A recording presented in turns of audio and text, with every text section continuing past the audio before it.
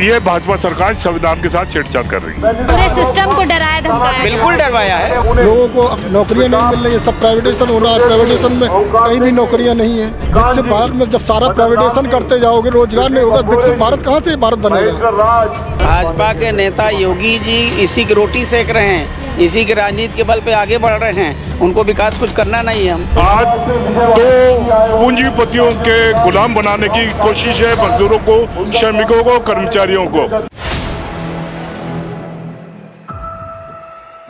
नमस्कार, 4 PM दिल्ली देख रहे हैं आप और मैं हूं आपके साथ शाहीन खान। और इस समय हम दिल्ली के रामलीला मैदान में मौजूद हैं, जहां पर कांग्रेस के बड़े लीडर उदित राज के नेतृत्व में एक महारैली का आयोजन किया गया है। इस महारैली में देश के ज्वलंत मुद्दे उठाए जा रहे हैं, जिसके ऊपर सबसे अभी जो हाल फिलहाल में मुद्दा चल रहा है ईवीएम, वक्फ बोर्ड और आरक्षण की सीमा 50% बढ़ाने के लिए, और वहीं जाति जनगणना को लेकर के महारैली की जा रही है। आप देख सकते हैं मंच लगाया गया है, जहां पर एक साइड लिखा गया मुझे बचाओ, क्योंकि संविधान को बचाने की बात लगातार विपक्ष द्वारा की जा रही है। तो वहीं दूसरी ओर मुझे हटाओ, यानी कि ईवीएम हटाने को लेकर के मुद्दा गरमाया हुआ है। हाल फिलहाल के जो परिणाम आए उसके बाद से ये आवाज़ और ज़्यादा तेज हो गई है। देश के अलग अलग राज्यों से यहाँ लोग पहुँचे हैं और भी संख्या में पहुँचने वाले हैं। यानी कि बड़े मुद्दों को लेकर के आप देख सकते हैं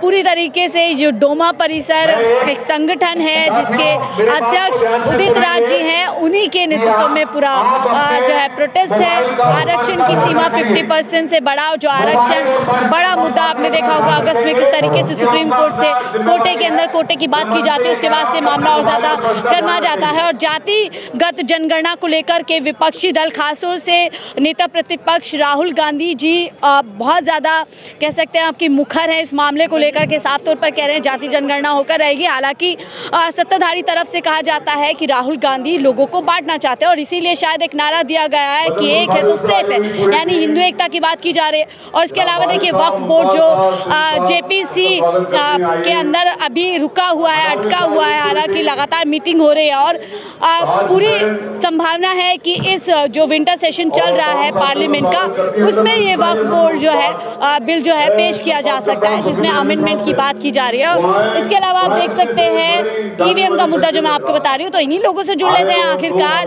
फिर से ये मुद्दे इतने ज़्यादा क्यों गुरमा गए हैं, क्योंकि लोकसभा चुनाव हो चुका है, 4 राज्यों के परिणाम भी आ चुके हैं, जिनमें भारतीय जनता पार्टी कई जगह ऐतिहासिक जीत दर्ज कर चुकी है।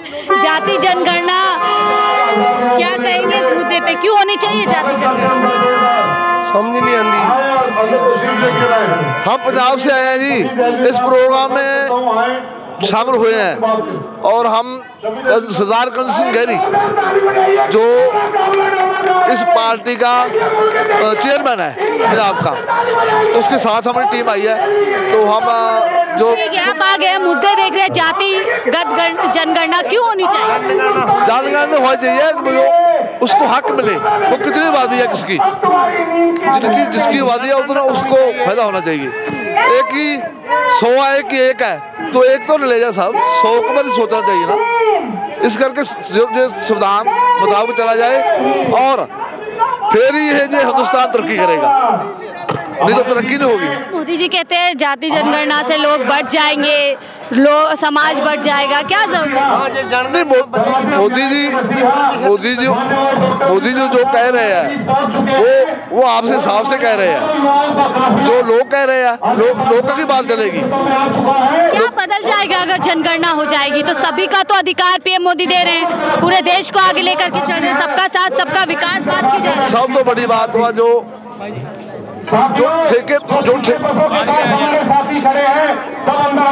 लोग हैं, जो सरकारी नौकरियां हैं।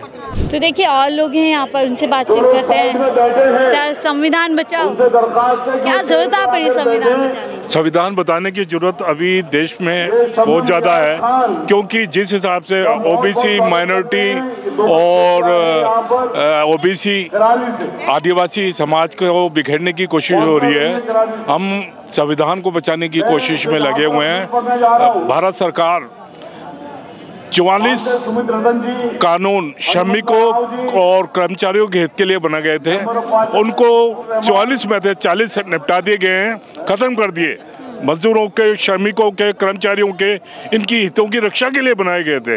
आज 2 पूंजीपतियों के गुलाम बनाने की कोशिश है, मजदूरों को, श्रमिकों को, कर्मचारियों को।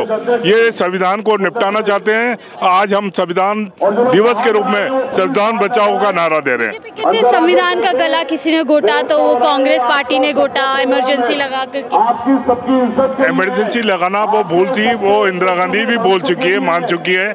लेकिन आज भाजपा सरकार इस संविधान, जिसके बदौलत बाबा साहब भीमराव अंबेडकर जी ने एक साधारण आदमी को जीने की एक ख्वाहिश दी थी और सबको लेवल बराबर रखा था, ये भाजपा सरकार संविधान के साथ छेड़छाड़ कर रही है।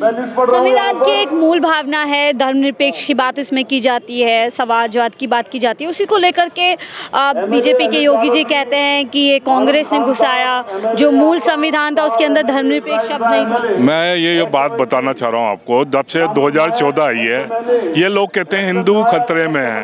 अरे भाई, मुगल शासन रहा, अंग्रेज रहे, जब कभी हिंदू खतरे में नहीं आया। इनका काम ही यही है, अंग्रेजों की तरह देश को धर्मों में बांटकर, लड़ाई झगड़े कराकर और सत्ता पे काबिज होना, बस। इनका ये कहना है। सर, संविधान बचाओ, लग रहा है संविधान बचाने की संविधान बचाने की इसलिए जैसे सरकार बहुत से काम ऐसे कर रही है, जैसे बहुत से क्षेत्रों में निजीकरण कर रही है, और निजीकरण में बहुत से लोगों को उसमें संविधान का कोई भी मुद्दा नहीं है। लोगों को अब नौकरियां नहीं मिल रही है, सब प्राइवेटाइजेशन हो रहा है, प्राइवेटाइजेशन में कहीं भी नौकरियां नहीं है। इस तरह से संविधान के ऊपर खतरा हो रहा है, इसलिए हम लोग सारे लोग यहाँ रामलीला मैदान में विकसित भारत की तरफ देश बढ़ रहा है 2047 तक, तो ये सब चीजें जरूरी है। विकसित भारत में जब सारा प्राइवेटाइजेशन करते जाओगे, रोजगार नहीं होगा, विकसित भारत कहाँ से भारत बनेगा? ऐसे कभी नहीं बनेगा विकसित भारत।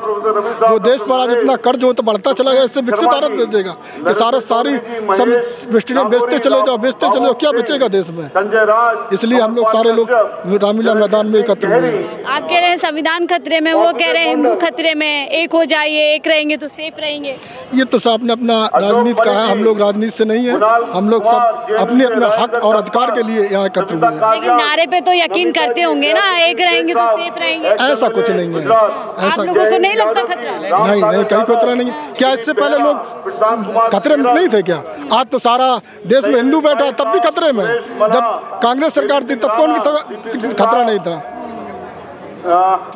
ठीक है, तो सर आप लोग क्या कहेंगे आज ये महारैली, क्या कुछ लगता है कितने जरूरी है मुद्दे उठाने? बहुत ज़्यादा जरूरी है। जिस तरह से जो बीजेपी सरकार आपस में बेमनस फैला रही है और आरक्षण में बंटवारा कर रही है, इस तरह से बंटवारा कर करके देश में क्या संदेश देना चाहती है? बेरोजगारी का बढ़ावा दे रही है, रोजगार देना ही नहीं चाहती है। केवल मंदिर, मस्जिद और ज्ञान पापी और अजमेर और संभल के मामले को लेकर के उछाला जा रहा है। यूपी में बहराइच, ये तो भाई देखिए पोलराइजेशन की जो रणनीति है, ये समाज में बेमनस करके समाज को आगे नहीं बढ़ाया जा सकता है। इस तरह से जो हम हिंदू को जगा रहे हैं कि आपका देश है, आप खुलकर के रहिए। केवल हिंदू के रहने से ही देश चलेगा क्या? भारतवर्ष केवल हिंदुओं का ही है क्या? हिंदुस्तान हिंदुओं का ही है क्या? जो ये अन्य समाज के लोग, जो बौद्ध धर्म के लोग हैं, मुस्लिम समाज के लोग, क्या कहीं बाहर से आए क्या? अगर बाहर से आए होते तो यहाँ क्यों रह गए थे? पाकिस्तान का बंटवारा हुआ, क्यों नहीं गए? वो तो यहीं के हैं, मूल निवासी वो यहीं के हैं। कुछ लोग कह रहे हैं मुसलमानों के वोटिंग राइट्स शांति नहीं हो जाएगी। ऐसा नहीं है, गलत बात है, गलत बात है। सबका यहाँ सम्मान होना चाहिए, सबका अधिकार है, कोई ऐसा नहीं। भाजपा के बड़े नेता हैं योगी जी, वो कहते हैं धर्मनिरपेक्ष और समाजवाद शब्द मूल संविधान के अंदर था ही नहीं। कांग्रेस भाजपा के नेता योगी जी इसी की रोटी सेक रहे हैं, इसी की राजनीति के बल पे आगे बढ़ रहे हैं। उनको विकास कुछ करना नहीं है। हम यूपी के हैं, यूपी में नौकरी देना नहीं चाहते, बेरोजगारी का अंबार भरा हुआ है, वो चाहते हैं। तो उनका नारा बहुत चल रहा है, चले। एक बात बता दें, नारा और किनारा, इसी नारे से लोग किनारे भी खसक रहे हैं। अभी नहीं पता है, योगी बाबा को नहीं पता है कि मतलब कि इसी नारे से लोग किनारे भी कर सक रहे हैं। इसी नारे से जीत रहे हैं। हरियाणा जीत गए, बात महाराष्ट्र, बता दें, उत्तर प्रदेश में जिस तरह जीत रहे हैं हम लोग भी जान रहे हैं।